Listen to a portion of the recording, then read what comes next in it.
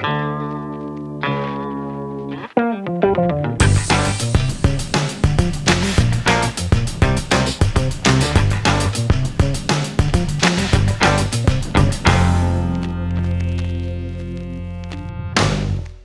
here with Tim Dashwood at the JVC booth talking a little bit about the new line of JVC cameras. So, Tim, thanks for spending some time with us today. Tell me a little bit about what you do. You don't work for JVC, do you? No, not at all. I basically consult with JVC. I'm one of their end-user filmmakers, and I'm a cinematographer. My background is also in editing, so this camera is really exciting for me. Very, very cool. Well, can you give us a little bit of an overview of some of the sort of standout features of this camera? What I'm showing right now is a 2:3:5:1 ratio, and if I go in here into the LCD and go into marker setting, you can see that these are all the different aspect ratios that we can frame for. So obviously you have your standard 4:3, and you've got your 16:9, and then 16:9 plus 4:3. But the great thing is, for filmmakers who really love the wide format, you can frame it up for 2:3:5:1. And they've also added in common headroom. So you can frame for the top part of the frame here and just protect for this area under here. You don't want any boom mics or anything in there.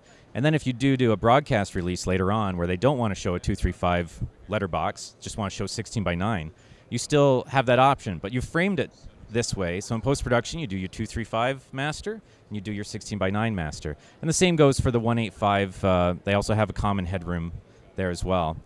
For filmmakers, we talk about shutter in degrees. So it's like a pie, and how much of the pie do we have for the shutter, the rotating shutter? And normally you shoot in 180 degrees as a normal exposure on a film camera. Well, JVC has added in this feature as well. They started with the 200 series, and it follows through on the 700. So we can leave it in 180 degrees, or if you want the Saving Private Ryan look, Gladiator look, you go to 90 degrees.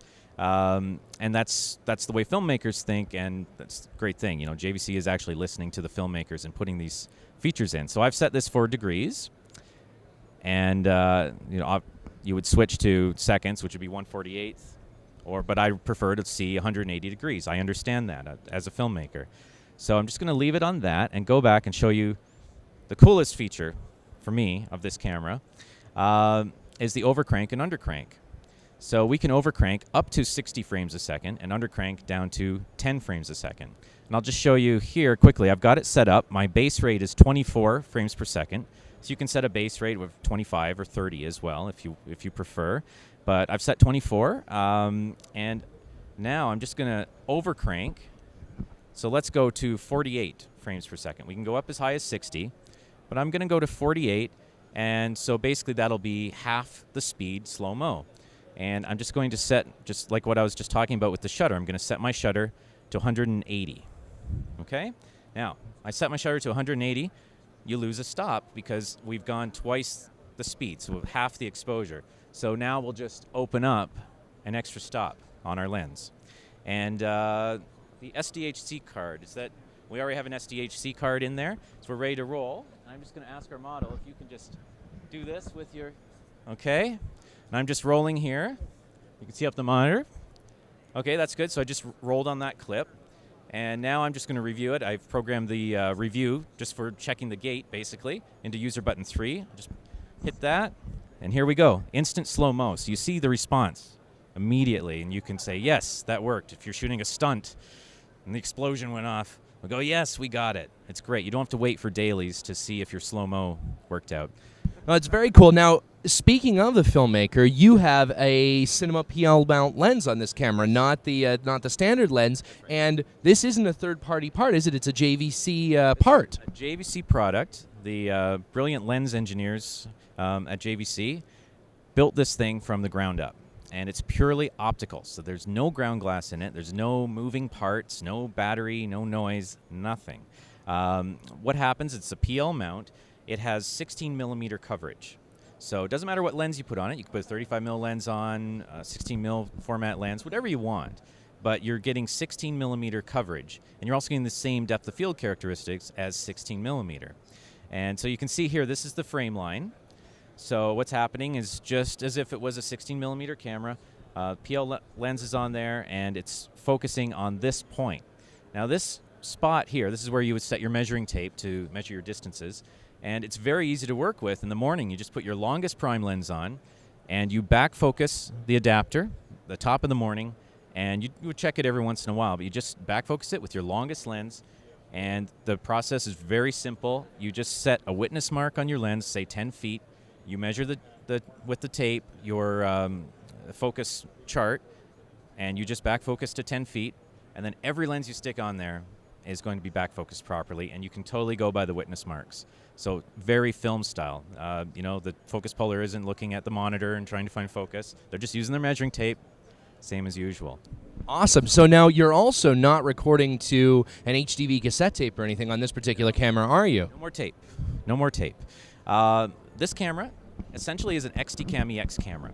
Okay, that is the format that it records in. Or I should say the codec. Let's be clear on that, because there's something very unique about this particular camera that you're not going to find anywhere else, and that is that they've licensed QuickTime from Apple. So what happens is the camera will actually wrap the file into a .mov QuickTime.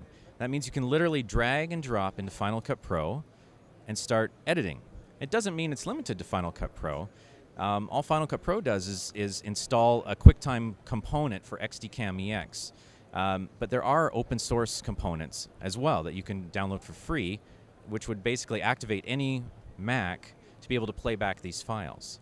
And that's all you have to do is just download it. It's free, very small, it's part of the Parian open source. So now, because we have this S/S module on, you can see this is the little guy up here, so you can stick your S/S card in there. This is an optional module that they sell. So normally you'd buy the base model. It's just this plus whatever lens you get bundled with it. And once you add this on, not only does it give you the ability to record on an S/S card, it also unlocks the MP4 format just exactly the same way as the EX1 and EX3 cameras that Sony makes.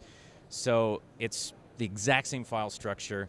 If your nonlinear editor supports EX1 and EX3, it also supports the new JVC cameras. It's that simple.